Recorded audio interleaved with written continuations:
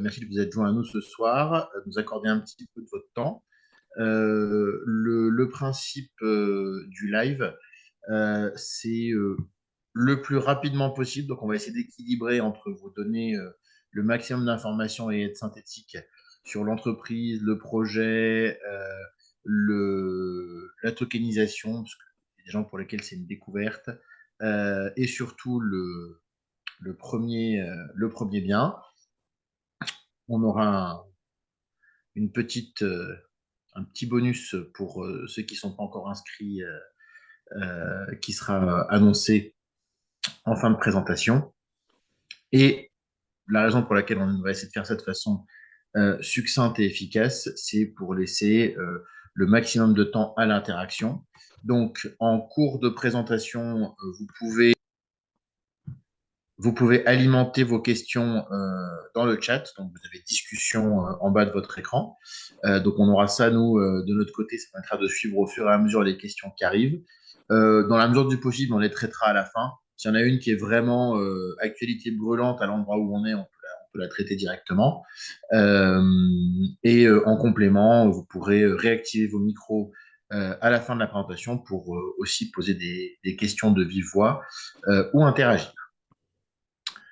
Voilà, alors sans plus attendre, rapidement, je vais vous présenter donc les trois cofondateurs d'Atoire. On est quatre dans l'équipe. Il y a un directeur technique qui nous a rejoint relativement rapidement après qu'on ait cofondé l'entreprise. Donc, elle a été enregistrée il y a quasiment un an. Donc, votre serviteur Mehdi Zouari, moi j'ai plutôt un parcours très retail et je m'occupe de la stratégie, du développement produit. Je fais beaucoup de juridique et de réglementation, un petit peu de marketing. Ces trois derniers sujets sont en commun avec Guillemette, la directrice générale d'ATOA, donc, auquel s'ajoute pilotage, construction des business plans et toute la partie gestion. Et notre troisième larron, Gary, qui va beaucoup vous parler du très bel immeuble qu'il a trouvé pour faire notre première opération et qui s'occupe donc du sourcing, de l'analyse et de l'acquisition des actifs. Voilà. Et donc, on va dire que moi, j'ai un historique d'autodidacte sur la blockchain. Donc, voilà, moi, je fais vraiment le lien entre tout ça. Là où Guillemette et Gary, à eux deux, ont une quarantaine d'années d'immobilier. Donc, on a une solide expérience immobilière parce que la tokenisation dont on va parler, c'est formidable. La tech aussi. Mais tout ça ne fonctionne que si on a un sous-jacent de qualité et une gestion exemplaire côté immobilier. Alors, la tokenisation immobilière. Comme vous le savez, quasiment tous les Français aspirent à être propriétaires, mais seulement un peu plus de la moitié, donc 60% le sont. Nous, notre positionnement, c'est pas de vendre de la propriété, puisqu'on va parler de notre modèle, on en est très proche en termes de garantie, mais ce n'est pas de la propriété au sens classique du terme. En revanche, on se veut être une solution inclusive qui permette de se constituer un patrimoine progressivement et qui peut servir de diverses façons, on en reparlera, par exemple d'apport pour pouvoir devenir propriétaire. C'est une façon d'investir sur le marché immobilier à son rythme, par petits tickets, et c'est vraiment ça, c'est cette inclusion, entre autres, qu'on cherche avec notre solution. Donc, qu'est-ce que ça permet? Ça permet de découper un investissement, un projet immobilier en petites parts qui sont donc, très accessibles. Elles vont donc avoir comme effet de permettre à quelqu'un qui a de plus petits moyens quand même d'avoir accès à la performance et à la robustesse de ce marché. Et ça permet à quelqu'un qui a plus de moyens, finalement, au lieu de mettre 50 000 euros sur un asset, c'est de pouvoir mettre 5 000 euros sur 10 assets différents et avec la particularité de tous les choisir. Effectivement, on a un lien de parenté, nous disent certains, avec la SCPI. Il y a la différence fondamentale, il y a évidemment le ticket d'entrée, il y a les liquidités qu'on cible, mais aussi le fait de choisir chacun de ses biens. Distribuer de façon automatique les revenus nets générés, revaloriser les tokens au fil du temps. Donc les tokens vont répliquer ce qui se passe sur le bien et permettre de les revendre en quelques clics. Donc, qu'est-ce que ça permet, ce qu'il y a à l'intérieur du token? La première chose, c'est pas besoin d'apport, pas besoin de crédit. Là, sur le premier projet, on met un effet de levier crédit bancaire. Donc, les personnes qui souscrivent vont profiter d'un effet de levier, mais à aucun moment, elles n'auront à monter un dossier, à discuter avec le banquier de façon très rapide, sans y passer de temps, sans connaissance technique ou juridique. Donc ça, c'est important. On essaie d'être simple dans l'expérience et simple dans l'explication du droit. Donc ceux qui le souhaitent peuvent aller plus loin. On met vraiment euh, toute la transparence sur la table, mais on essaye toujours d'avoir des choses qui sont simples et compréhensibles et utilisables par tout le monde, même si on ne connaît rien à la blockchain. Et on profite de la solidité de la pierre et de la sécurité de notre modèle, puisqu'on va en parler dans quelques minutes, mais la fiducie aujourd'hui, la fiducie sûreté, après la pleine propriété, c'est la sécurité la plus forte qu'on puisse proposer dans notre droit. Alors, très rapidement, comment ça marche?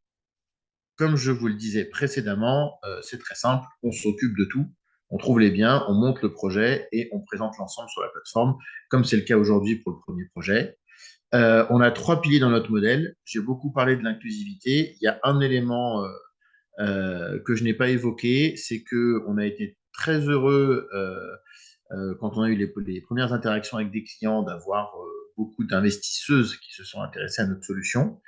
On a sûrement raté quelques trucs dans les messages ensuite parce qu'on s'est rendu compte que quand on a recruté, on a énormément d'hommes qui se sont inscrits, mais on a eu moins de parts de marché sur les femmes en création de compte que ce qu'on avait eu en amont sur les premiers rendez-vous. Donc là, on a raté quelque chose qu'on doit corriger parce que c'est quelque chose qui nous tient aussi à cœur. L'amélioration de la performance énergétique, donc notre verticale de sourcing prioritaire, c'est des biens où il y a une réno énergétique à faire. Et il dit également à ça le confort des locataires, parce que, un, c'est plus sympa de se dire qu'on s'occupe bien de ses locataires, et deux, quand on s'occupe bien d'eux, ils restent longtemps. Et la stabilité, c'est aussi un élément clé du rendement en immobilier.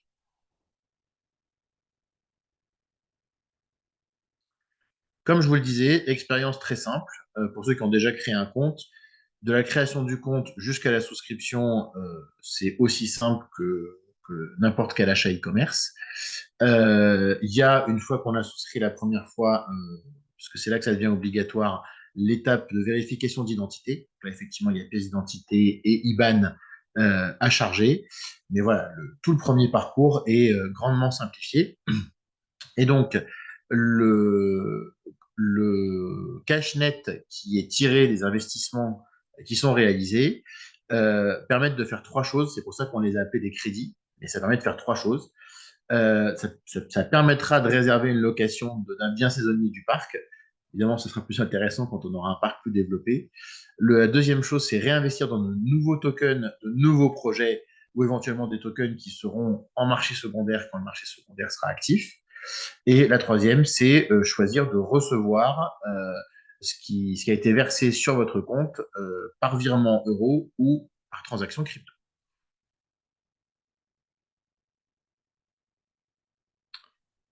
Alors, un élément structurant de notre modèle, vous l'avez peut-être lu, vous l'avez peut-être entendu, mais on va en reparler quand même, c'est donc la fiducie sûreté. Alors, la fiducie, c'est quelque chose qui est peu utilisé en France, très utilisé en Suisse et en Allemagne. Vous connaissez sûrement le cousin américain de la fiducie qui s'appelle le trust. Et donc, c'est un modèle qui a été introduit, qui est opérationnel dans le droit français depuis 2007. Et de notre point de vue, assez inexplicablement, il est encore très peu utilisé, alors qu'à nouveau, chez des voisins, c'est devenu un standard. Et donc, comment ça fonctionne? Ça permet à un constituant, en l'occurrence là, c'est nous, de transférer la propriété d'un actif à la fiducie. Voilà. Donc la fiducie devient propriétaire au sens du registre foncier. Si demain je veux aller voir un notaire et dire je veux vendre l'immeuble de One à Niort, il va dire bien sûr monsieur, il n'y a pas de problème. Il peut dire il y a juste un petit souci, c'est que vous n'en êtes pas propriétaire, vous ne pouvez pas le vendre. Le propriétaire, c'est la fiducie. Cette fiducie, elle est administrée par un fiduciaire, qui est donc un métier réglementé. Et donc pour nous, c'est un cabinet d'avocats qui fait ce travail. Donc c'est un cabinet d'avocats qui a choisi d'exercer aussi l'activité de fiduciaire. Et enfin, les bénéficiaires. Et donc, les bénéficiaires, on n'a pas besoin qu'ils soient nommés, nom, prénom, date de naissance. On peut donner une qualité. Donc, quelqu'un peut monter une fiducie avec comme bénéficiaire ses petits-enfants. Nous, on a demandé si on pouvait créer une fiducie en désignant les bénéficiaires par le fait qu'ils détiennent des tokens d'un projet. Donc, on a un immeuble mis dans une société foncière. Cette société foncière, on transfère sa propriété à la fiducie. Et donc, c'est un immeuble, une foncière, une fiducie. Voilà. Et donc, ce système est répliqué pour chaque projet qu'on réalise. Donc, ça permet que vraiment le patrimoine immobilier soit totalement isolé du reste. Ça veut dire que, à nouveau, si je voulais vendre un immeuble, je ne pourrais pas. Ça veut aussi dire que si un jour, on ne le souhaite évidemment pas, Atoa disparaît, personne ne peut demander la vente des biens immobiliers pour solder la dette d'Atoa, puisque les biens ne nous appartiennent pas, ils appartiennent à un véhicule neutre, entre guillemets, qui s'appelle la fiducie. L'intérêt également, c'est que le jour où il faut activer la garantie qui est amenée par la fiducie, on est, contrairement à des systèmes plus classiques comme l'hypothèque, pas dans un cas où on va avoir tout un processus administratif ou judiciaire qui va se mettre en place pour que ça se réalise. Là, il y a un contrat qui prévoit des cas de défaut. Et donc, si un de ces cas de défaut se produit, le fiduciaire a tout pouvoir pour exécuter immédiatement la garantie. Donc, ça va beaucoup plus vite. Voilà en synthèse comment ça fonctionne. C'est peut-être trop synthétique parce que c'est quelque chose, je pense, de nouveau pour tout le monde. Mais si vous avez des questions, on y répondra avec plaisir. Voilà, je passe la main à Guillemette et Gary pour vous parler du projet. Oui, bonsoir à tous. Donc, Gary Franco, je vais vous parler de ce premier projet que l'on a baptisé The One, qui est donc un immeuble de rapport qui se trouve en hyper-centre-ville de la ville de Niort. Euh, donc, Niort faisait partie de la petite dizaine de villes que l'on regardait attentivement pour y trouver justement une première opportunité. À cela, plusieurs raisons et explications. Donc, c'est une ville qui est une place financière dynamique qui comporte de nombreux sièges sociaux d'assureurs et de mutuelles, et donc une population active importante et dynamique. Il y a également un campus étudiant de à peu près de 5000 étudiants. C'est également une ville qui a pour atout d'être bien desservie, aussi bien par les axes autoroutiers, il y a 2 autoroutes, et une gare TGV qui relie Paris en un petit peu plus de 2 heures. Donc, à tout cela, Niort a comme avantage d'être on va dire une ville moyenne. Évidemment, ce n'est pas l'une des 4-5 métropoles les plus importantes du pays. Néanmoins, elle procure un rendement, un couple rendement-risque très intéressant pour un investisseur immobilier. Euh, le risque étant fortement lié à une très faible vacance locative et donc un fort intérêt des locataires pour y trouver un appartement à louer. Et donc, en ce sens, pour quelqu'un qui souhaite réaliser un investissement, c'est une ville qui revêt de nombreux avantages. Euh, sur les statistiques purement macroéconomiques, euh, on a un taux de chômage qui est plus faible que la moyenne nationale, un taux d'emploi qui est plus important et une population active qui est elle aussi plus importante que la moyenne nationale. Un petit focus sur les prix de l'immobilier rapidement sur la ville. Là aussi, on a surperformé, on va dire entre guillemets, euh, les, euh, la moyenne nationale. C'est une ville qui a connu à peu près 35% d'augmentation de ses prix immobiliers depuis 5 ans, ce qui est plus important que la moyenne nationale. Et là où la plupart des grandes métropoles ont connu un passage à vide, on va dire, entre les années 2008 et 2018, où les prix ont souvent baissé dans de nombreuses villes.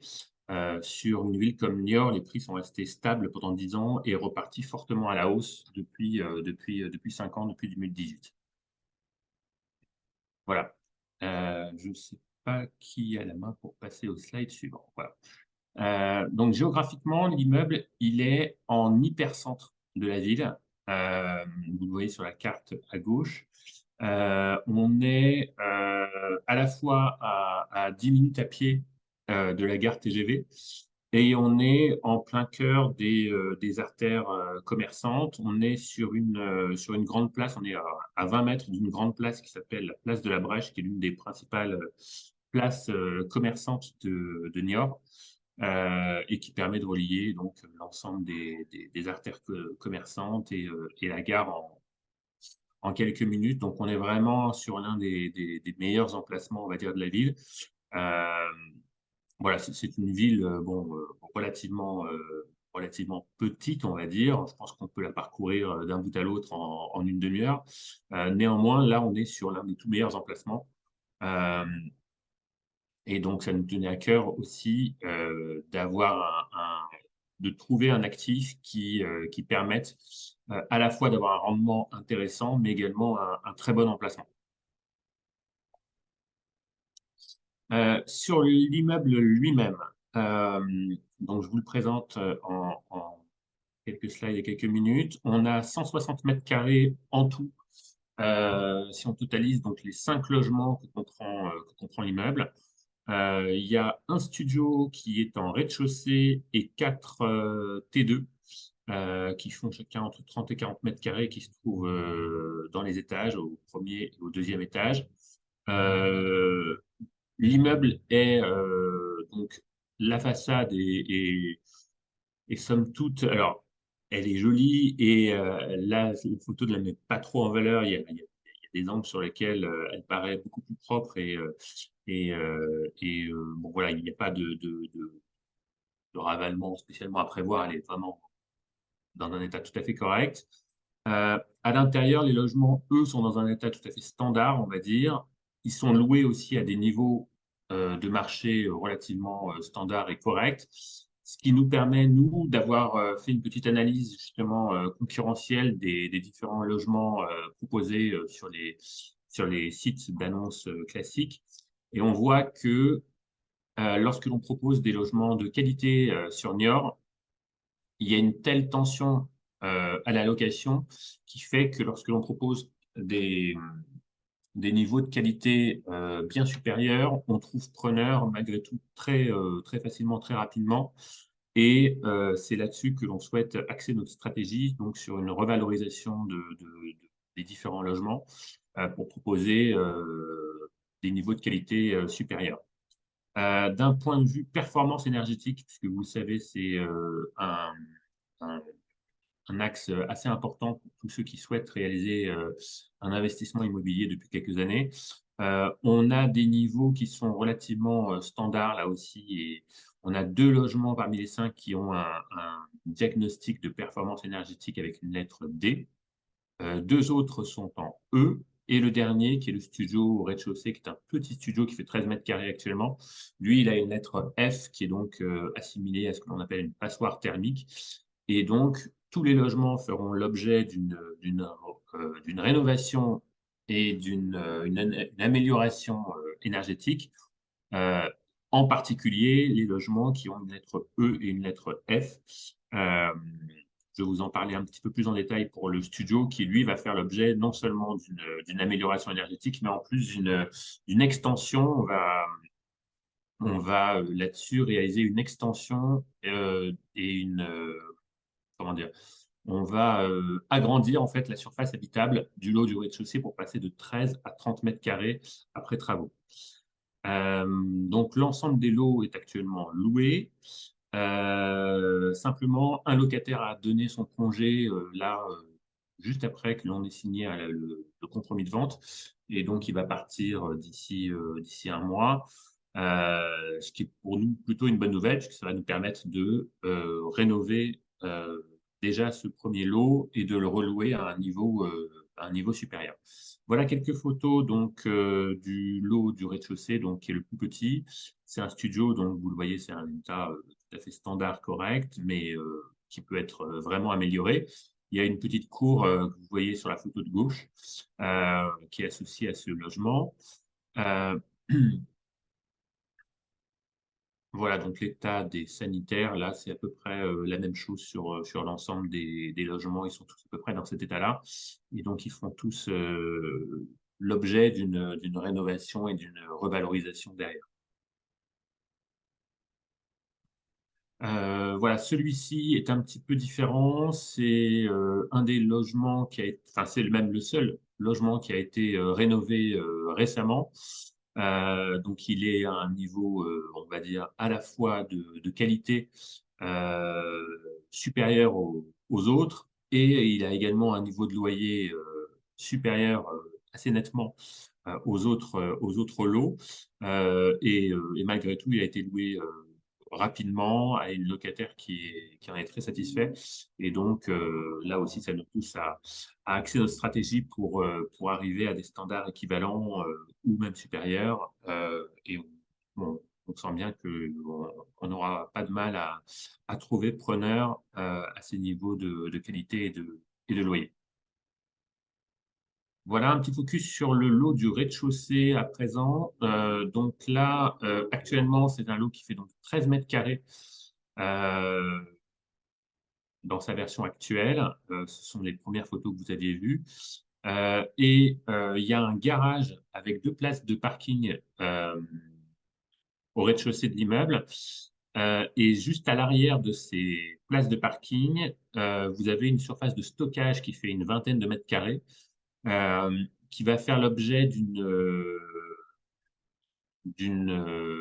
valorisation, on va dire, d'une mise en conformité pour la rendre habitable et pouvoir être louée en logement. Et donc, à terme, le lot du rez-de-chaussée, qui est donc mitoyen avec cette surface de stockage, qui donc est vraiment pas valorisée actuellement, fait que dans sa version future après travaux, lorsque le locataire du rez-de-chaussée aura donné son congé, le lot du rez-de-chaussée fera donc un petit peu plus de 30 mètres carrés.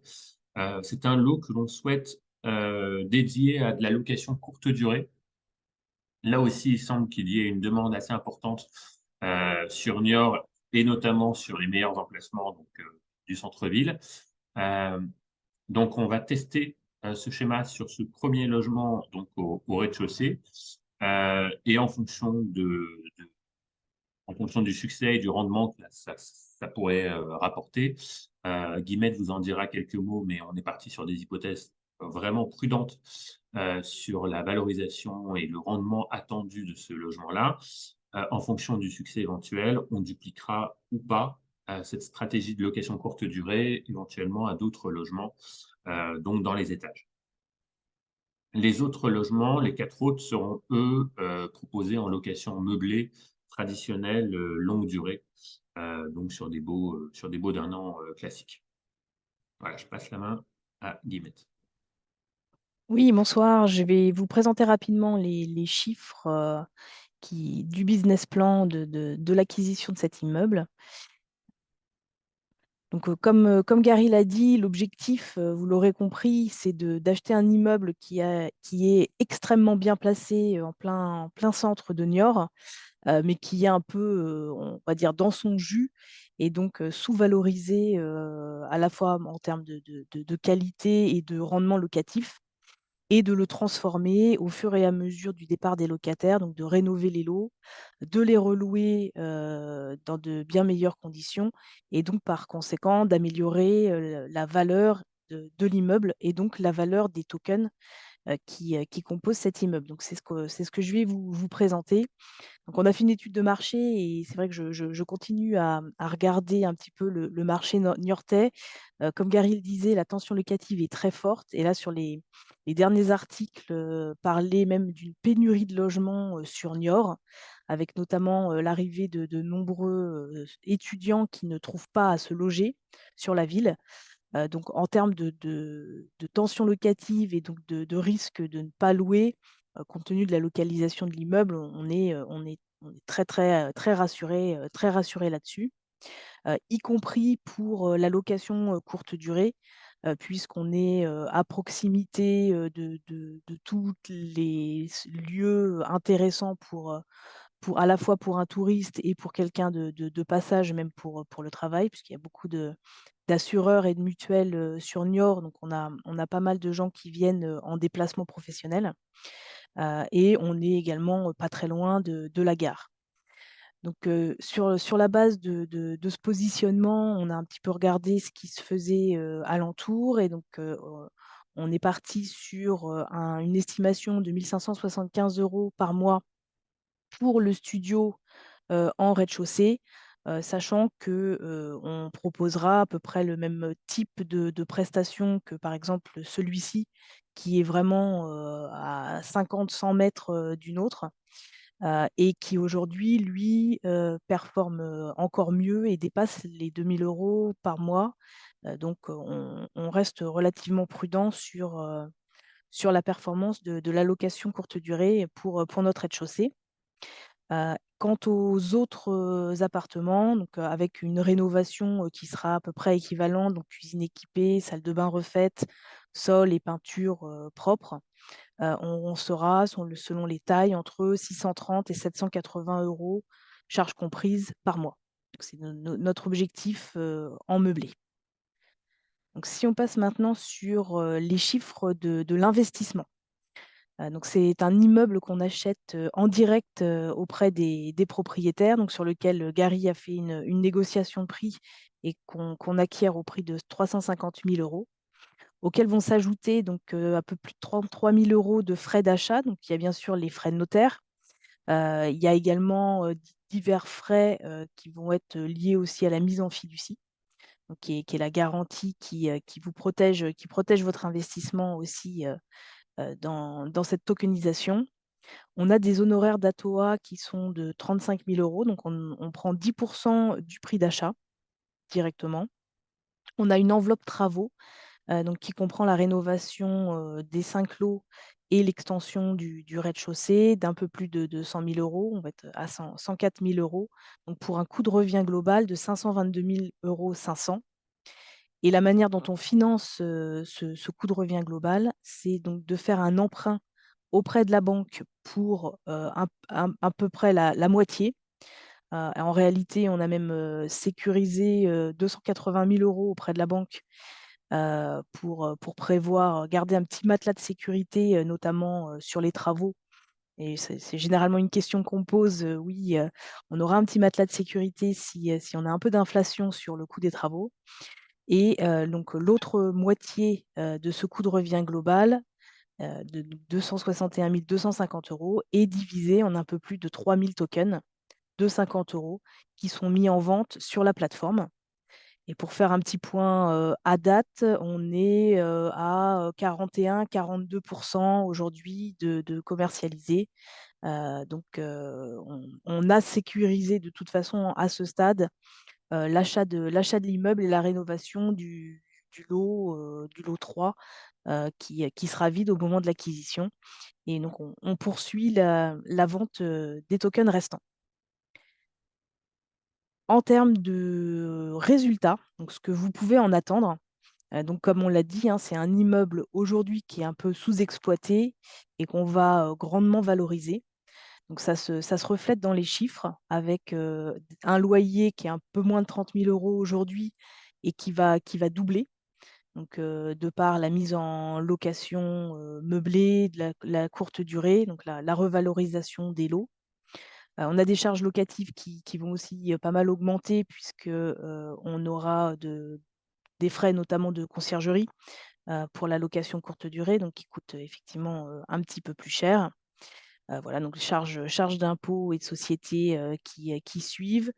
Le remboursement de l'emprunt qui va lui aussi doubler, puisqu'on va au fur et à mesure, de la rénovation des lots, décaisser, l'emprunt, pour payer les travaux de rénovation des différents lots, et donc on est sur un rendement locatif, donc à aujourd'hui, au moment de l'acquisition, de 3,2 qu'on va, doubler, sur une dizaine d'années, qui est la durée de notre business plan. Donc, on prévoit 5,8 de rendement locatif net sur cet immeuble en hypercentre de Niort. Une partie de ce cash, donc de ce rendement, est reversée. Donc, c'est la partie qui vous est reversée tous les mois sous forme de crédit sur la plateforme. Donc, 2,3% aujourd'hui en l'état, et jusqu'à quasiment 4% à terme, une fois le business plan réalisé. Et la deuxième partie donc, de la valorisation de cet investissement, c'est donc la valeur du token qui est donc vendu 50 € et qui va augmenter au fur et à mesure, à la fois qu'on rembourse l'emprunt bancaire et à la fois qu'on rénove et améliore, valorise l'actif. Et donc, on vise un prix du token aux alentours de 78 € en 2033. Et donc, la rentabilité cible sur 10 ans de cet investissement est de 6,5%. Pour vous donner des chiffres un petit peu plus concrets, qu'est-ce que ça veut dire, par exemple, pour 500 € souscrits sur The One? Donc, ça veut dire sur 10 ans, 185 € de crédit reversé, environ donc 673 € de création de valeur. Donc ça, c'est la prise de valeur du token. Et donc, des tokens qui valent au bout de 10 ans 858 €, ce qui représente un gain de 358 €, soit 72% de valorisation sur 10 ans. Voilà, j'ai fait très bref, on pourra revenir bien sûr si vous avez des questions. Donc, comme je le disais, la souscription est en cours et Mehdi va vous refaire un petit point sur les prochaines étapes. Oui, alors très rapidement, on cible une signature d'acte authentique sur juin, voire un petit débordement sur juillet. On attend d'avoir des retours à ce sujet-là. Et la publication du smart contract, c'est plutôt pour les gens qui sont à l'aise avec la partie blockchain et qui voudront aller voir ça. On commencera les premiers versements dans le courant de l'été.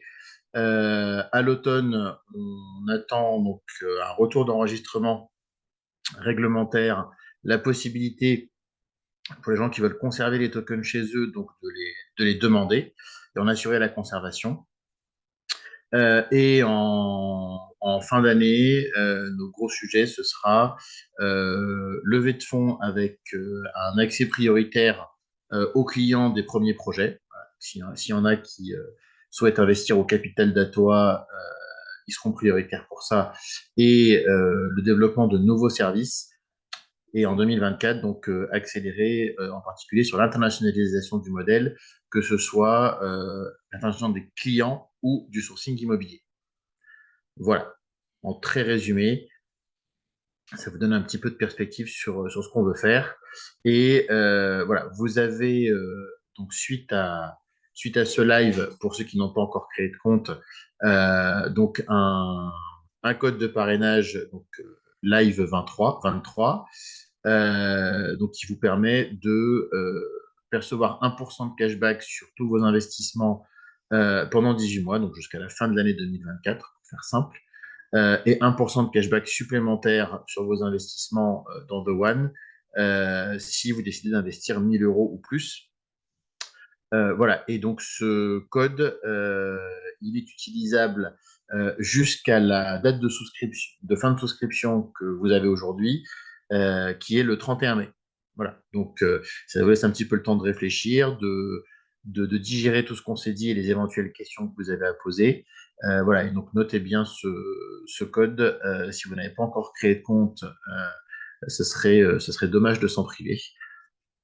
Voilà, je réinsiste bien, pensez à bien indiquer, donc, quand vous créez votre compte, le code de parrainage live 23 ici, dans cette zone-là, car une fois le compte créé, malheureusement, on ne peut plus le rajouter.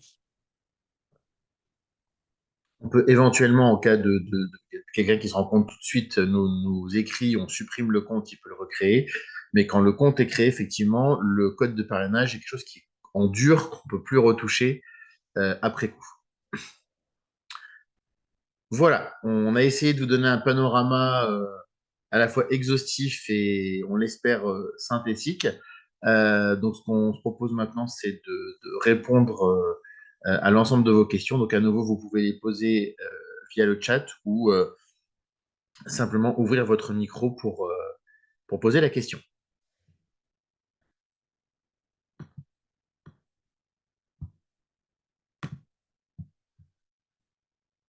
C'est toujours la première la plus dure.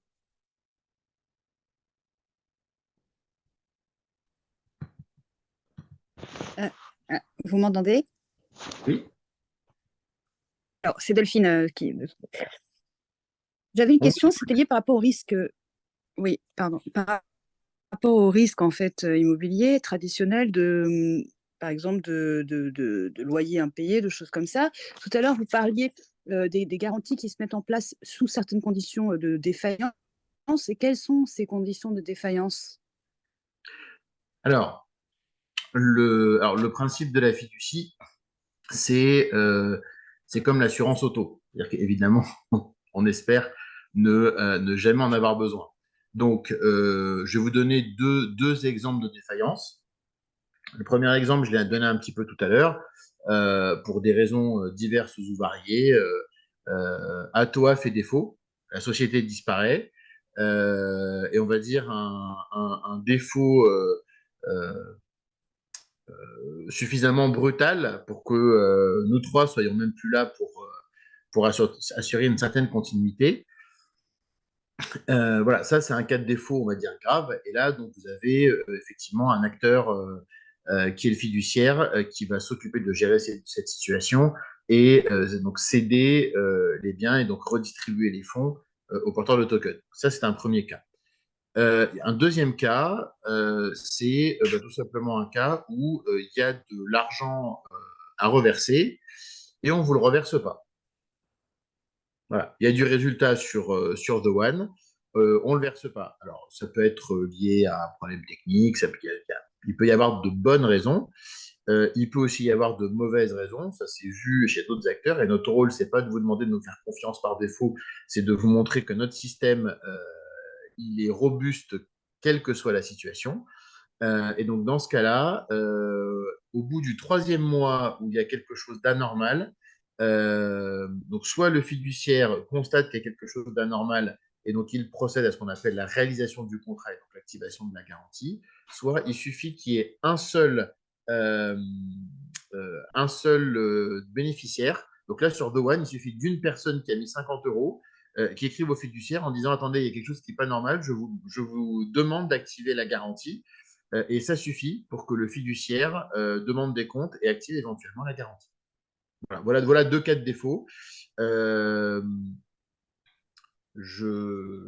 Après, je ne sais pas si ça répond complètement à votre question, mais Ouais. effectivement, la fiducie en fait protège votre investissement à vous dans les tokens Atoa, puisque vous n'êtes pas directement propriétaire de l'immeuble. La fiducie ne protège pas des risques locatifs. Et donc, pour tout ce qui va être risque locatif, ça, c'est au niveau de la gestion hein, qu'on met en place, où on prend toutes les garanties classiques, caution, garantie visale, GLI auprès des locataires pour prévenir des impayés et des risques de dégradation. Ça fait partie de la gestion locative classique, on va dire. Mm, mm, D'accord. Ok, très bien. Merci beaucoup pour la Merci. question, Delphine. Si vous en avez d'autres, n'hésitez pas. Donc, dans le chat, Tu alors veux je que vais je te les commencer par la dise? question. Oui. Mm. Oui, question de Grégory. Donc, pour ceux qui ont déjà un compte mais pas encore investi, il n'y a pas de bonus. Alors, je comprends dans la question, Grégory, que vous avez créé un compte sans aucun code de parrainage. On a essayé d'en envoyer dans tous les sens, mais effectivement, ça a pu passer au travers. Donc là, ce que je vous invite à faire, vous m'envoyez directement un mail, même si je vais tâcher de le faire de mémoire et je vais regarder votre compte ce soir même. Vous m'envoyez un mail, on va regarder ça. Si votre compte a simplement été créé, effectivement, qu'il n'y a pas eu de souscription, voilà, que le compte est encore tout jeune, voilà, la solution la plus efficace, ça évite qu'on fasse des choses en manuel et que quand on fait du manuel sur un très très grand nombre de clients, forcément on se trompe. à ce moment-là, on peut supprimer votre compte, vous le recréer tout de suite derrière avec le code de parrainage. Voilà. C'est un peu plus embêtant si vous avez déjà chargé la pièce d'identité, que ça a été validé. Au pire, on peut refaire ce process-là. Voilà. Donc, n'hésitez pas à envoyer un mail directement dans la foulée. On va gérer ça tout de suite. Bien sûr, contact, j'ai mis Euh, l'email dans le chat. c'est parfait. L'email est dans le chat. Les investissements sont-ils ouverts aux personnes morales européennes? Alors oui. Donc déjà en Union européenne, on est en plus dans la zone CEPA. Donc il n'y a pas de problème. Simplement, quand on crée le compte, on précise bien que c'est un compte pour une entreprise, puisque là, ça va activer le KYB, donc Know Your Business, et non un KYC, qui est pour une personne physique. Et donc, il y a une liste de pièces à charger. Elles partent en vérification. Donc, elles sont vérifiées 3 fois, pour tout vous dire. Et à partir de là, le compte est activé. Donc, on peut faire un premier investissement sans avoir réalisé son KYC. C'est-à-dire ce qui le rend obligatoire, c'est le fait d'avoir réalisé une souscription. En revanche, une souscription où le compte n'a pas été validé avant la signature de l'acte authentique sera annulée. Voilà. Donc, moi, je recommande toujours de faire sa vérification et d'investir dans la foulée, ou de faire les deux en même temps, puisque dès que vous investissez, ça déclenche le KYC ou le KYB. Mais soyez prêts, faites-le tout de suite, parce que si on recule, ça peut être une annulation de souscription dans la dernière ligne droite, et c'est dommage, pour vous comme pour nous. Alors, il y a une autre question. Alors, c'est compliqué parce il y a des points, mais on ne sait pas qui pose la question. Oui. Alors, combien d'actifs allez-vous proposer par an? Le plus possible. Notre cible pour 2024, c'est d'être à 2 projets par mois. Voilà. Mais pour ça, il faut être un peu plus staffé et avoir un peu plus de trésorerie, d'où le sujet levée de fonds, et d'accélérer en 2025. Alors, qu'est-ce qui nous différencie de Realty?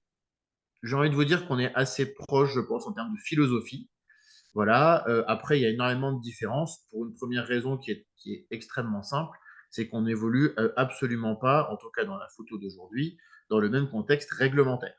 La raison pour laquelle Realty ne fait pas de bien en Europe aujourd'hui, c'est pas que ça les intéresse pas, c'est que le système de Realty n'est pas réplicable en Europe avec une expérience client qui soit acceptable, entre guillemets. Et Jean-Marc, d'ailleurs, l'explique extrêmement bien, puisque donc Realty, pour ceux qui ne connaissent pas, est un acteur aux États-Unis qui fait de la tokenisation immobilière et qui donc crée une foncière pour chaque bien immobilier et met les parts de cette foncière dans des tokens. Donc là, pour le coup, le système est plus facile à expliquer que nous, où on doit expliquer en plus ce qu'est la fiducie.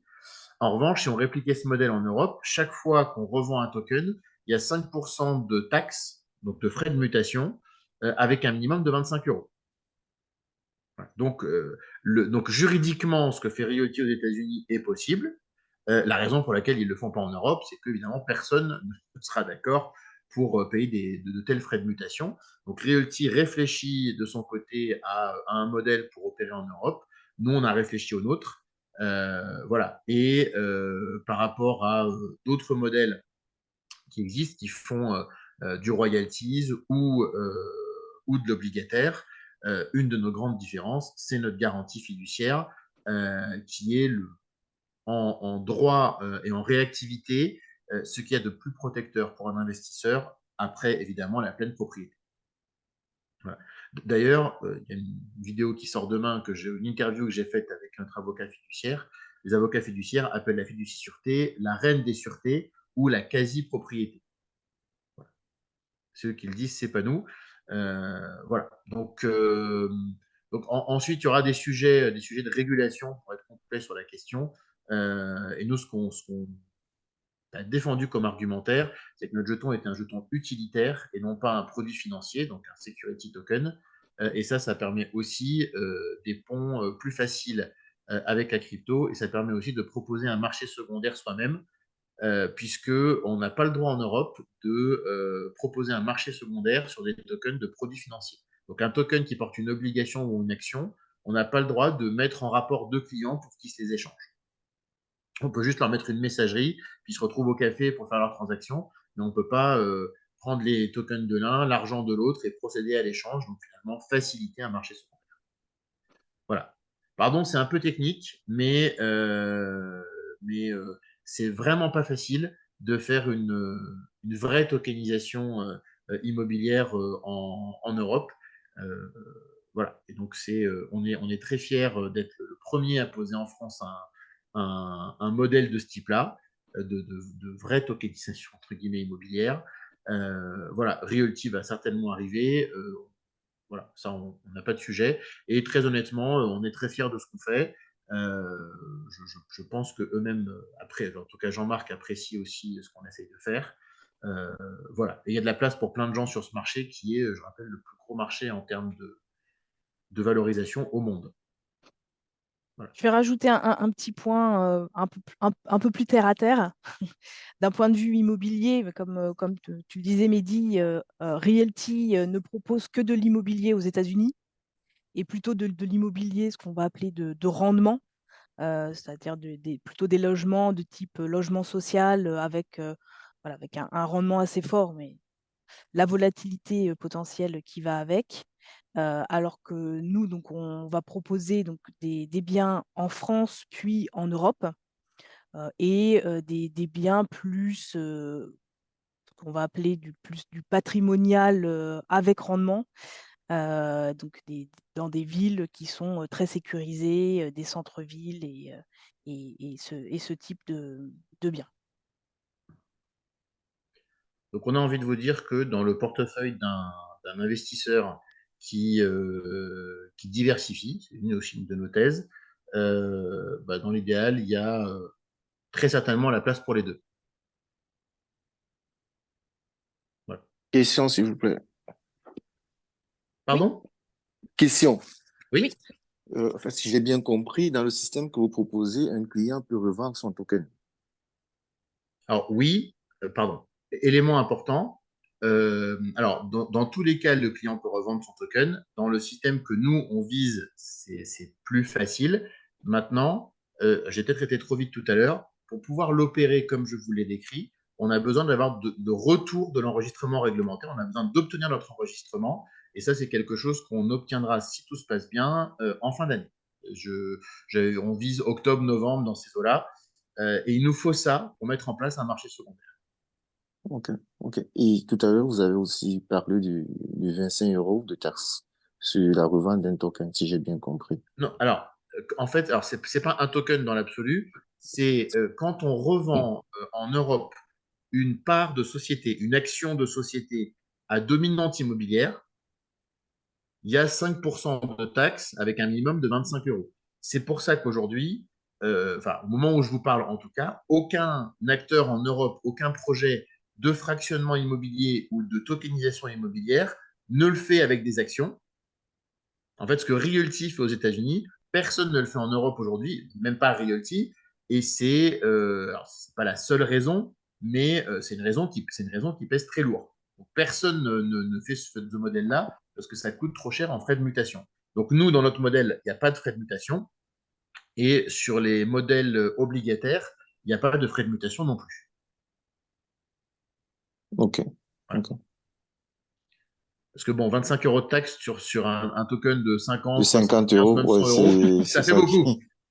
qui... Ouais. C'est plus très intéressant. Et Question. aussi, Pardon. est-ce que le bénéfice est garanti ou il y a des risques de perte avant la fin du projet jusqu'à arriver au bénéfice zéro? Alors, non, le revenu n'est pas garanti parce que notre choix, là pour le coup, on est vraiment sur un sujet philosophique. Notre choix, c'est de proposer quelque chose qui s'approche le plus possible d'une détention finalement d'une partie du bien. Et donc, il y a l'ensemble des bénéfices et il y a l'ensemble des risques. Donc, il y a les mêmes risques quelque part que si nos holders achetaient tous ensemble cet immeuble. C'est-à-dire que si l'immeuble prend de la valeur, et ben, le token, il en prend. Si l'immeuble perd de la valeur, le token en perd. S'il y a de la vacance locative, ben, il n'y a plus de loyer qui rentre. C'est bien pour ça qu'on a lourdement insisté sur le fait qu'on allait chercher une ville très dynamique, un secteur où il y a beaucoup de demandes locatives, un bel immeuble en pierre très très bien situé. Voilà, tout ce travail, cet argumentaire finalement, c'est justement pour minimiser au maximum les risques.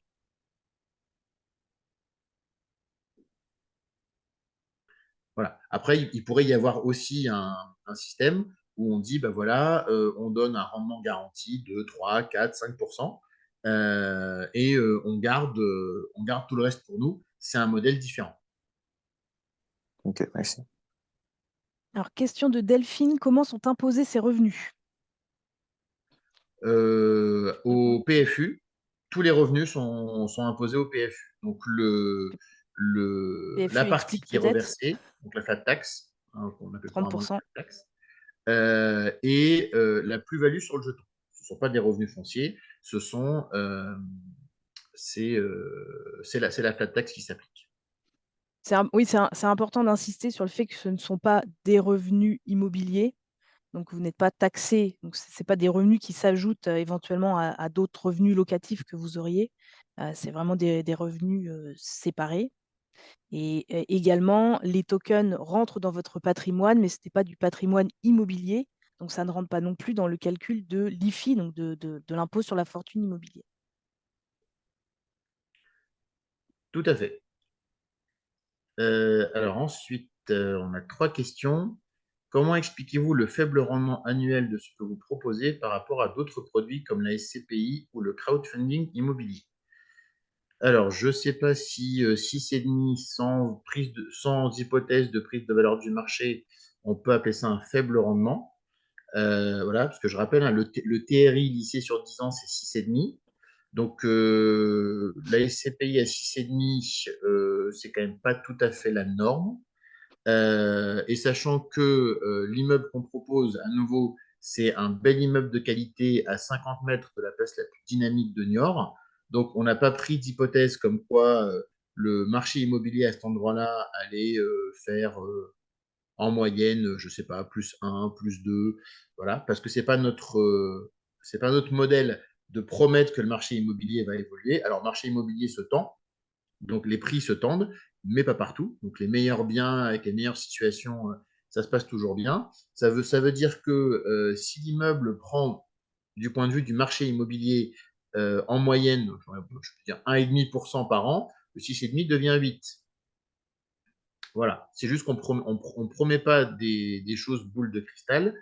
Voilà, donc très honnêtement, en termes de rendement, on n'a absolument pas à rougir par rapport à la SCPI, bien au contraire. Et le deuxième sujet, c'est que le crowdfunding immobilier, déjà, ce n'est pas du tout le même produit, ce n'est pas du tout le même niveau de risque, en particulier dans le contexte de marché actuel où le niveau de défaut en crowdfunding immobilier va augmenter. Et là, on est sur quelque chose où on investit sur du long terme, où on valorise du patrimoine. Voilà, donc le couple rendement-risque n'est pas le même non plus. Voilà, donc effectivement, on ne va pas promettre du 10 ou du 12 que font certains projets de crowdfunding, mais à nouveau, le taux de défaut va se tendre et il n'y a quand même pas très souvent une garantie comme la fiducie sur le crowdfunding non plus, il y a quand même souvent de l'hypothèque. Et que se passe-t-il si la fiducie disparaît? Alors, précisez votre question, s'il vous plaît, parce que la fiducie ne peut pas disparaître. Le fiduciaire peut disparaître, mais dans ce cas-là,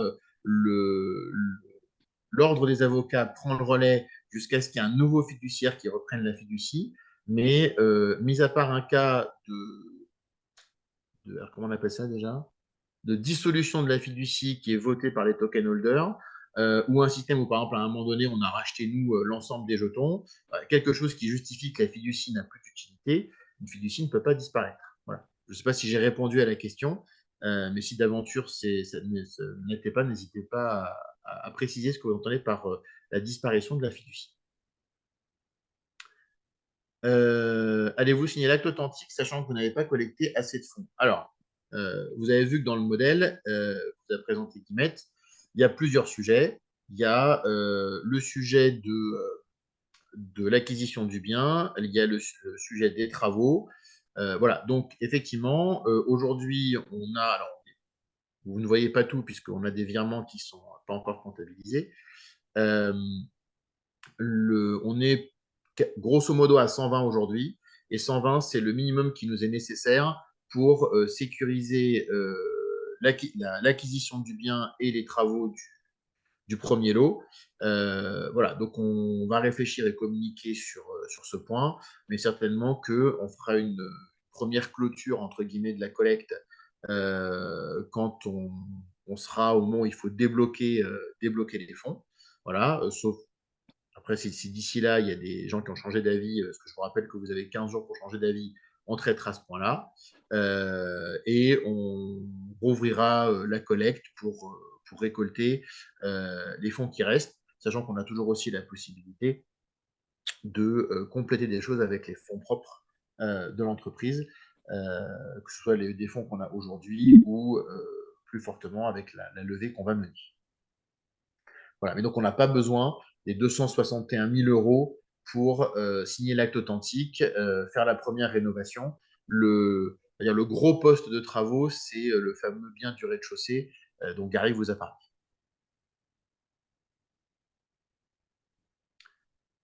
Alors, re-question de Delphine. Il y a que c'est une question pour moi. Alors, pourquoi est-ce qu'on a choisi la blockchain Polygon? Alors, pardon Delphine, on pourra en parler plus en détail si vous voulez. Je vais essayer de brasser large pour ceux qui ne sont pas familiers avec la blockchain. Donc, il y a beaucoup de blockchains qui existent aujourd'hui.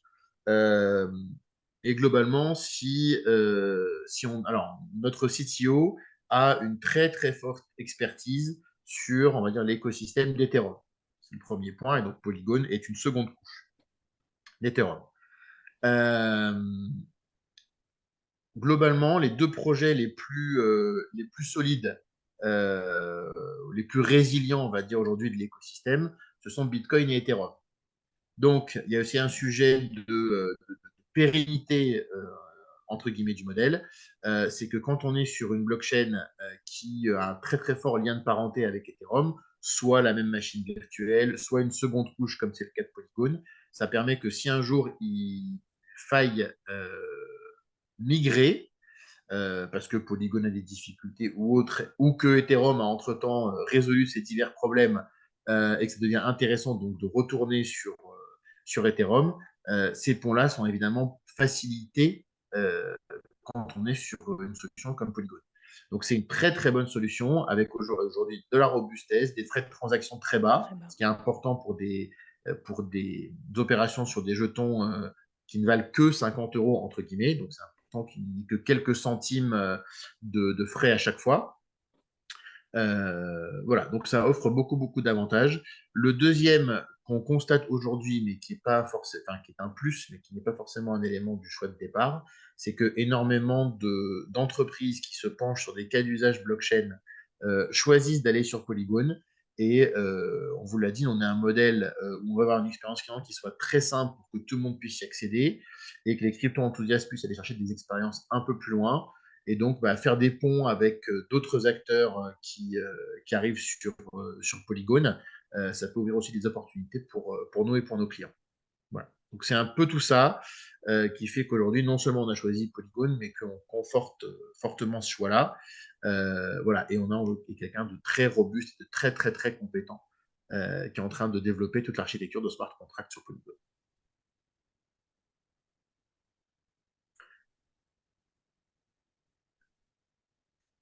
Merci.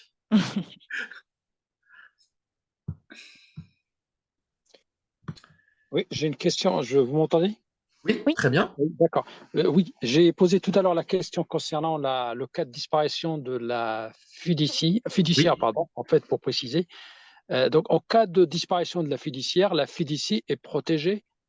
Alors, bien, ce que vous appelez fiduciaire, c'est l'acteur qui administre la fiducie. voilà, tout à fait. L'avocat. Oui, l'avocat, oui. Donc, dans notre cas, c'est un avocat, effectivement. Oui, tout à fait. Alors, donc, déjà, première chose, c'est bien le cabinet d'avocats qui doit disparaître, parce que c'est une personne morale qui est fiduciaire, ce n'est pas une personne physique. La personne morale, oui, je parle de la personne morale. Donc, oui, voilà. Donc, il faut que, entre guillemets, tout le cabinet d'avocats disparaisse. Ça peut toujours arriver.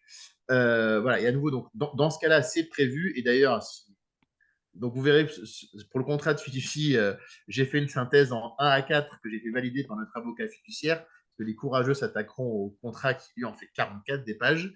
Voilà, donc cette partie-là est aussi écrite noir sur blanc dans le contrat. Si le fiduciaire disparaît, soit on est donc en fait la fiducie est neutre par rapport au fiduciaire. Donc un autre fiduciaire peut reprendre une fiducie déjà existante.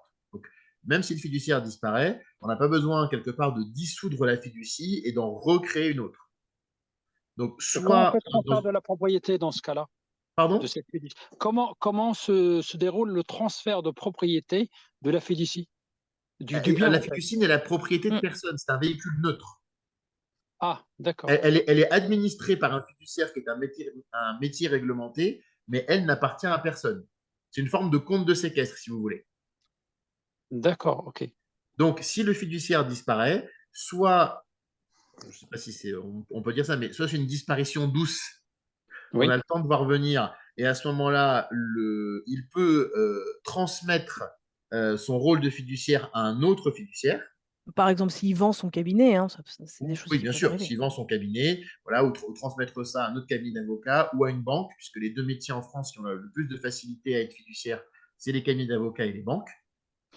Dans le cas d'une disparition violente, dans ce cas, le process pour nous, c'est que c'est l'ordre des avocats qui prend la suite, donc qui assure la continuité du bien rôle sûr, du oui. fiduciaire jusqu'à ce qu'il y ait un autre fiduciaire qu'on a le temps de choisir, avec lequel on se met d'accord, qui reprend ce rôle-là, voire, honnêtement, je n'ai pas d'exemple en tête, mais ça peut aussi être une décision judiciaire de nommer un fiduciaire. D'accord. Voilà, donc un juge peut dire, ben voilà, l'ordre des avocats a pris le relais parce que tel fiduciaire a disparu très vite. Eh bien, moi, juge, je vais désigner un nouveau fiduciaire pour prendre la suite. Donc, le véhicule, lui, à nouveau est neutre, peut être transmis. Et alors, évidemment, si tous les fiduciaires disparaissent en même temps et l'ordre des avocats, là, on aura peut-être un petit problème. Mais a priori, si jamais ça devait se produire, on aurait des problèmes plus graves que les fiducies d'Atoa. Oui, c'est Voilà. beaucoup plus tard, oui, tout à fait. Voilà. Et concernant le rendement, en Oui. fait, moi, je parle plutôt du cash flow annuel de 2, je crois, c'est 2,9. Oui. D'accord. Okay. C'est celui-là que je compare parce que vous parlez du rendement 6. Ça, c'est par rapport à la revalorisation. Moi, Alors, ce n'est pas la revalorisation à nouveau liée au marché. Hein. C'est juste Oui, c'est parce la qu'on a fait création de valeur. l'isolation et rénové les lots et agrandi le rez-de-chaussée. Après, Oui, mais je crois comprendre la question sur la distribution qui est un peu plus faible. Il faut penser oui. que dans notre modèle, donc, on inclut un prêt bancaire. Oui. Et donc, une partie du cash flow net, donc du rendement locatif net généré, sert aussi à rembourser le prêt. D'accord. Et donc, c'est ce qui fait que vous avez une distribution qui est un peu plus faible que le rendement locatif net, finalement. Oui. Mais ce remboursement de prêt permet aussi de créer de la valeur, puisque vous remboursez le capital emprunté au fur et à mesure, et donc votre token augmente Oui. de valeur au fur et à mesure qu'on rembourse le capital à la banque. Donc, vous avez Finalement, dans le cas d'une SCPI, vous voudriez faire la même chose vous-même sur une SCPI. Vous iriez souscrire un prêt bancaire pour financer une toute ou partie de votre achat de SCPI. Et oui, vous auriez plus de cash reversé tous les mois, mais qui repartirait en remboursement de prêt. Là, tout ça est inclus dans le montage. Oui, d'accord, je comprends. Et après, du coup, il y aura un marché secondaire qui permet de vendre plus facilement ces tokens en cas de besoin. Alors oui, et donc là, on ne sait pas encore vous dire précisément comment, parce que on a, nous, donc déposé notre dossier juridique qui doit être validé par le régulateur, et seulement là, on pourra proposer un marché secondaire. Quelle que soit la réponse qu'on a, on aura un marché secondaire, il aura juste une forme potentiellement un petit peu différente.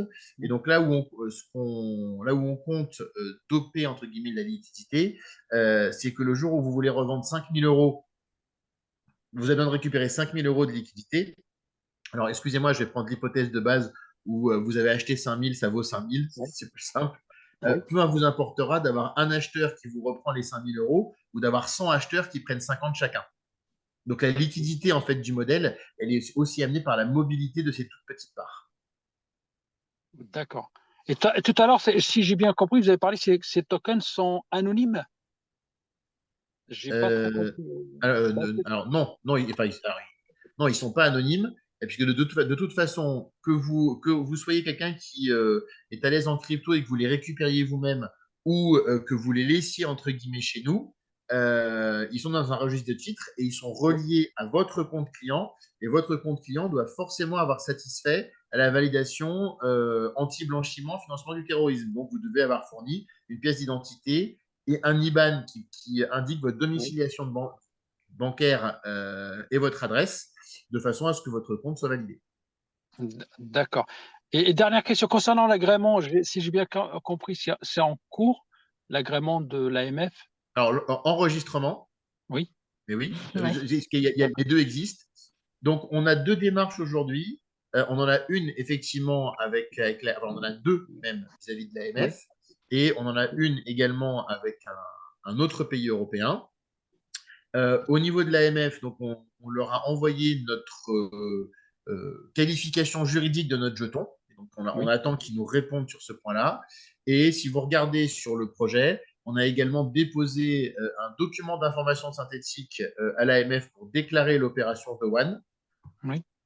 Théoriquement, on n'en a pas besoin, mais comme on n'a pas encore eu de réponse de leur part à notre premier courrier, on a D'accord. préféré faire trop que pas assez. Et donc, le document d'information synthétique, c'est ce que dépose une société qui va faire une opération, qui va lever des fonds en actions, en obligations. Voilà. On a déposé le même document à l'AMF pour être dans le radar et quelque part être exemplaire. On est un peu old school hein, sur tout ce qui est Oui. juridico-réglementaire. On préfère en faire trop que pas assez. D'accord. Mais cet agrément, ça sera dans le cadre européen, puisque si j'ai bien compris, tout ce qui est financement participatif, Ouais. normalement, on doit avoir l'agrément avant le mois de, je crois, novembre 2023. Est-ce que c'est le cas? C'est votre cas? Alors, en fait, ça dépend de la qualification juridique de notre jeton. Nous, aujourd'hui, on postule à l'enregistrement des actifs numériques. Oui. Donc, ce n'est pas le PSFP auquel vous faites référence, Ah c'est oui, d'accord. Ok, c'est pas le même. ce qui est le PSAN aujourd'hui et qui va devenir l'enregistrement MiCA à l'échelle européenne. Voilà, donc nous, ce qu'on cible, c'est ça. Et donc, ce que j'expliquais, la réponse qu'on attend de l'AMF, c'est leur validation qu'on peut déposer ce dossier-là pour l'enregistrement. Donc, cette démarche-là, on a depuis plusieurs mois en cours avec l'AMF et on espère avoir leur retour rapidement. Voilà. Mais on Et a ouais, mais aussi un comme dossier dans un autre pays européen et de toute manière, l'année prochaine, l'enregistrement devient européen, ce qui sera facilitant pour aller partout en Europe, mais ce qui est un dossier aussi extrêmement difficile. Ah ouais, d'accord. Ok. Ok, merci. Avec plaisir. A-t-on besoin d'avoir un wallet crypto pour participer au projet? Faut-il connaître la crypto, la blockchain? Alors, pour être clair, absolument pas. Voilà. Comme ça, au moins, la réponse est claire. On peut avoir un wallet, mais on va dire l'expérience client de base, c'est je me connecte, je crée un compte, je vais sur le projet The One, je dis si je veux 1, 10, 50 tokens de 50 euros. Il y a un contrat qu'on valide en ligne et on peut régler en carte bancaire ou en virement. Voilà. Donc, et on peut quelque part s'arrêter là. Et donc, on est vraiment sur l'expérience où la blockchain va sécuriser quelque part les transactions, mais vous n'allez pas interagir avec elle. Elle va rester un élément de back-office chez nous. Mais on a aussi la personne qui va dire, bah tiens, moi j'aimerais bien payer en crypto. Voilà. Alors, même si on est à l'aise avec la blockchain, on peut aussi payer en virement et en CB. On a vraiment tous les cas. Aujourd'hui, on est en très grande majorité sur des paiements par virement CB, même plutôt par virement.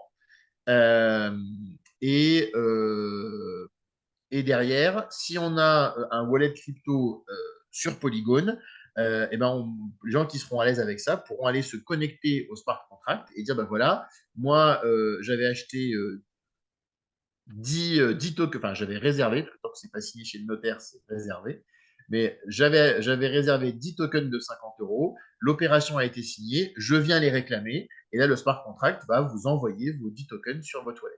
Voilà.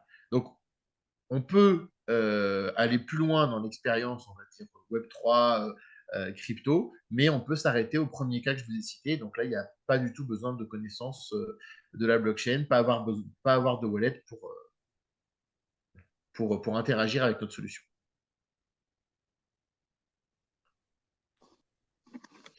Juste Alors, une question concernant oui. la question du bien, de la vente. Est-ce que c'est prévu de le vendre au bout de quelques années ou ça dépend de l'opportunité? Ça dépend de l'opportunité et ça, c'est un des cas où on soumet une offre reçue à nos porteurs de tokens et c'est eux qui se positionnent en disant on valide pas. D'accord. Voilà. Et c'est quoi? C'est la majorité? C'est-à-dire c'est une majorité qui Oui, décide Oui, de la c'est ça. vente, on oui. vend? D'accord. Alors, c'est la majorité des voix exprimées, comme ça je suis très clair. À des voix? D'accord. Voilà, parce que, et ça peut se comprendre, il y a des personnes qui ont pour habitude d'investir et quelque part d'être très très peu actives. Et donc, alors je vais vous donner un exemple extrême, j'espère que ce ne sera pas le cas chez nous, mais dans le monde de la blockchain, il y a ce qu'on appelle les DAO, donc des organisations totalement décentralisées, où ce sont les porteurs de jetons de la DAO qui gouvernent finalement l'organisation. Les DAO très très actives ont 3 à 4% de taux de vote. Donc, si leur règle était que les décisions se prennent à la majorité absolue des tokens en circulation, il n'y aurait jamais de décision. Voilà. Donc là, le principe, c'est de dire on présente l'offre, on essaie évidemment de rameuter au maximum les porteurs de tokens, on les fait voter, mais finalement, s'il n'y a que 30% des porteurs de tokens qui viennent voter, bah, ça veut dire qu'il faut 16% du total des tokens qui votent en faveur pour qu'on procède à la vente. Voilà. Donc c'est la majorité des voix qui viennent s'exprimer. D'accord. Alors, question, c'est quoi la différence actif numérique PSFP? Alors, faisons simple, vous embêtez pas trop avec ça, ce sont des enregistrements réglementaires qui régissent des régimes différents. Le PSFP, c'est le régime des entreprises qui font du crowdfunding, mais qui vont mettre sur une plateforme des projets d'autres entreprises. Voilà, donc vraiment du crowdfunding classique. Donc c'est l'enregistrement qui régit ces entreprises-là. Les actifs numériques, c'est une partie des tokens sont régis par les actifs numériques. Alors, si vous n'avez pas les accords, que devient le projet? C'est une bonne question. Il n'y a pas de sujet de ne pas avoir d'accord. Le sujet, c'est qu'on peut soit être un token produit financier, soit être ce qu'on appelle un token utilitaire. Sans aller trop dans le détail, mais si vous le souhaitez honnêtement, pareil, envoyez-nous un mail, on prend un rendez-vous, on en parle de vive voix. Voilà, sauf si toute l'assistance me dit que ça intéresse tout le monde de rentrer dans ce détail-là, mais entre un jeton sécuritaire, donc produit financier, il n'y a pas besoin d'enregistrement réglementaire, il faut juste respecter les règles de l'AMF. Donc, par exemple, déposer le DIS dont je parlais tout à l'heure. Sur un token utilitaire, il faut un PSAN et demain un enregistrement militaire à l'échelle européenne. Donc, voilà, donc finalement le produit financier est moins contraignant en termes d'enregistrement que le modèle utilitaire. Et là où ça a des impacts, c'est la fiscalité quand on vient payer en crypto. Ça a des impacts sur la façon d'opérer un marché secondaire. Est-ce que j'ai oublié quelque chose dans les conséquences principales? Ah, et ça a aussi potentiellement des conséquences fiscales en fonction du type de security token qu'on fait. Dans notre cas, même si demain on nous demandait d'être un security token, il n'y aurait pas d'impact fiscalité, il y aurait un impact pour les gens qui sont une minorité aujourd'hui, qui voudraient venir acheter des tokens à toi en crypto, et ça aurait un impact pour nous sur la façon d'opérer le marché secondaire. Voilà. Mais sur ce que vous avez vu là, ce qu'on vous a présenté, il n'y a pas d'impact, sauf si on décidait de faire un security token avec des parts sociales, mais ce n'est pas le cas. Le montage restera strictement celui que vous avez vu. Voilà. Donc le sujet n'est pas de savoir est-ce qu'on aura un accord, c'est dans quelle case on va tomber. Voilà. Et les conséquences de la case, je viens de vous les énumérer. Voilà. Dites-moi juste si j'ai bien répondu à votre question ou s'il y a encore des zones d'ombre.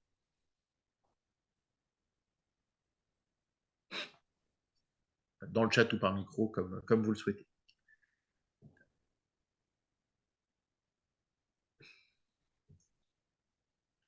Alors, est-ce que nous avons éclusé les questions? Si d'autres personnes en ont, n'hésitez pas à rouvrir votre Alors, micro.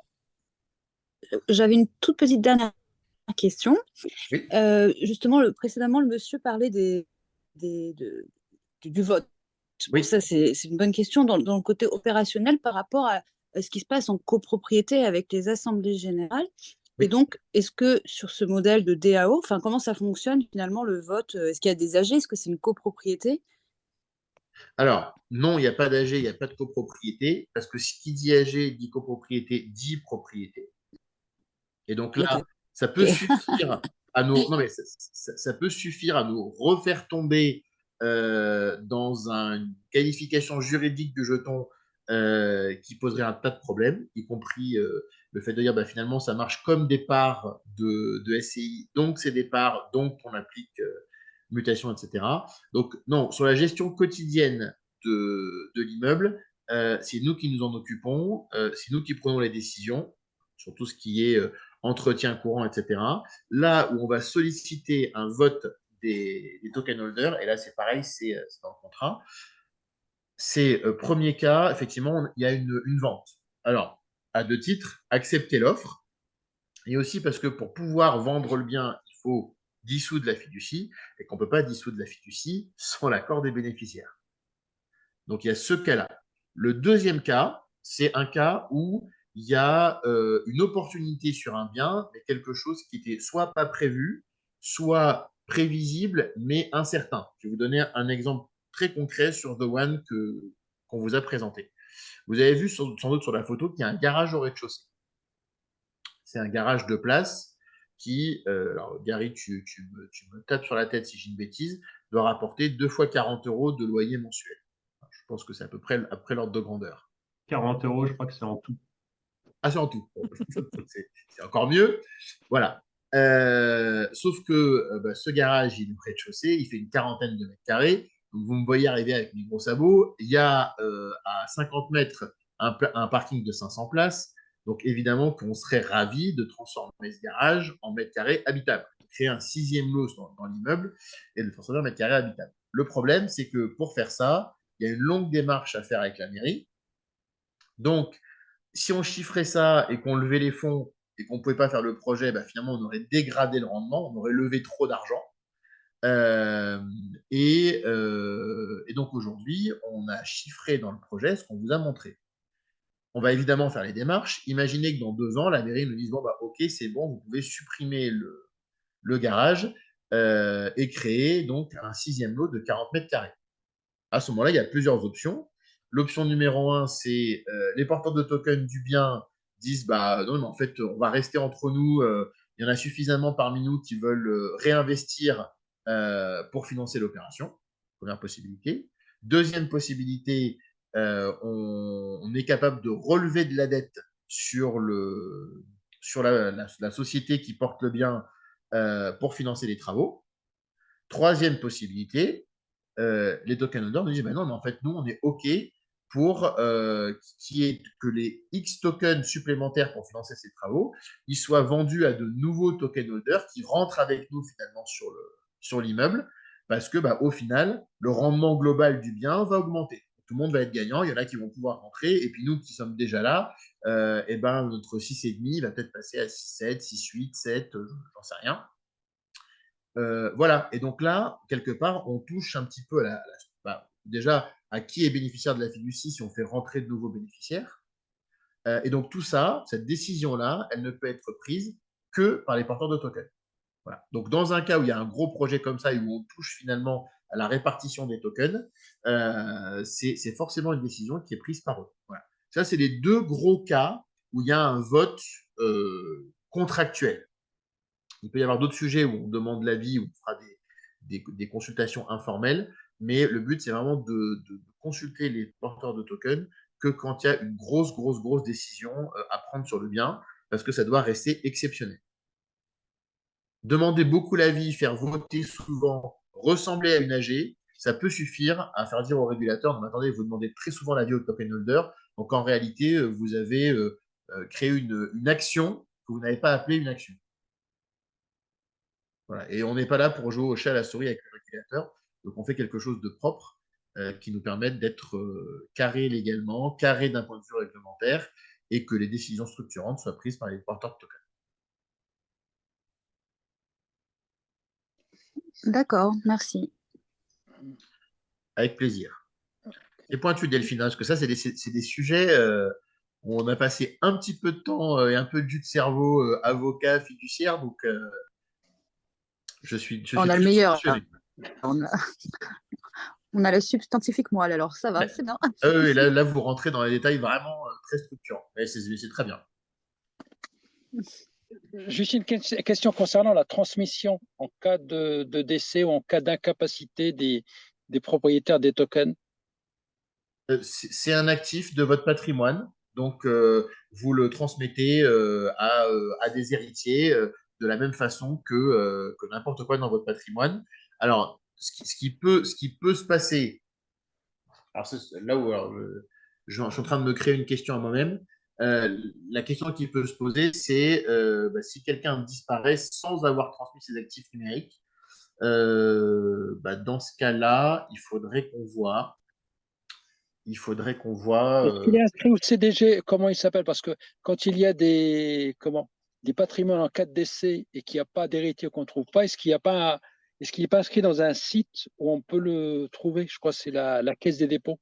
Oui, alors le problème n'est pas tellement de trouver l'héritier. Oui, Alors, on va dire que pour un client qui a laissé les tokens chez nous, la question ne se pose pas. C'est-à-dire qu'il y aura des héritiers et donc ils deviendront de facto propriétaires des tokens. La question peut se poser pour un client qui va avoir décidé de récupérer les tokens, qui les aura stockés sur une clé Ledger, par exemple. oui, Donc, c'est lui qui va assurer la conservation de ces jetons. Et donc, lui, s'il disparaît sans donner l'accès à ses héritiers, bah, tout à euh, fait. là, on a potentiellement un gros problème.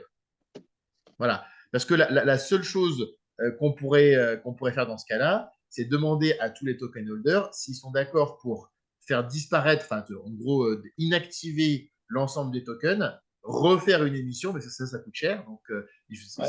on pourrait poser la question sur un très gros patrimoine, mais il y a potentiellement le même problème que sur une crypto-monnaie. C'est-à-dire que si on a récupéré les tokens, qu'on les a stockés chez soi et qu'on a finalement le laissé d'accès à personne, dans ce cas-là, la force de notre solution devient une faiblesse. Nous, on n'a Eh pas ben, les est-ce que vous moyens n'avez pas prévoyé d'intervenir un sur les jeux. système? Vous n'avez pas prévoyé un système en cas de décès, justement, que ça soit conservé pour, Alors, les jetons, ils existent quelque part, mais en fait, structurellement, si on prévoyait une porte dérobée, entre guillemets, pour Ah ouais. pouvoir déplacer les tokens de quelqu'un qui est décédé, ça veut quand même dire qu'on a laissé une porte dérobée qui peut Ouais. être utilisée à mauvais escient aussi. Donc, nous, la solution, c'est une solution qui est bâtie avec un smart contract comme pour les crypto-monnaies. Et donc, si quelqu'un récupère ses jetons, les conserve chez lui et qu'il n'y a plus d'accès, c'est comme les billets ou les lingots qui sont dans un coffre qu'on ne peut pas ouvrir.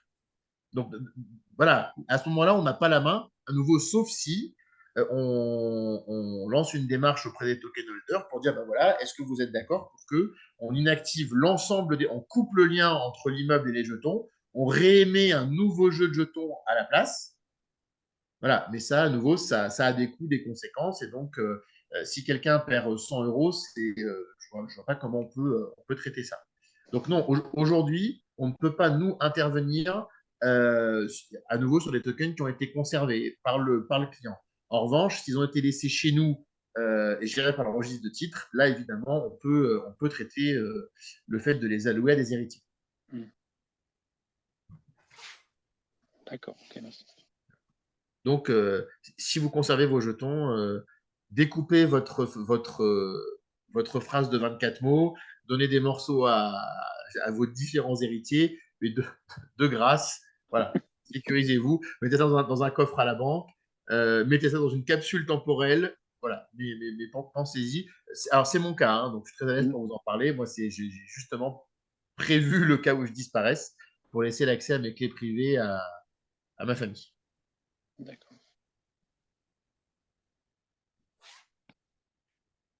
On a eu beaucoup de questions, je vous en remercie. Alors, on a passé l'ensemble de ce qu'on voulait passer. S'il y a d'autres questions, on se fera un plaisir d'y répondre. Voilà, on peut libérer ceux qui nous ont déjà accordé plus de temps que prévu. Je voudrais juste être certain que ce soit via le chat ou via les questions orales, on n'a pas de questions qui restent. On a bien fait le tour.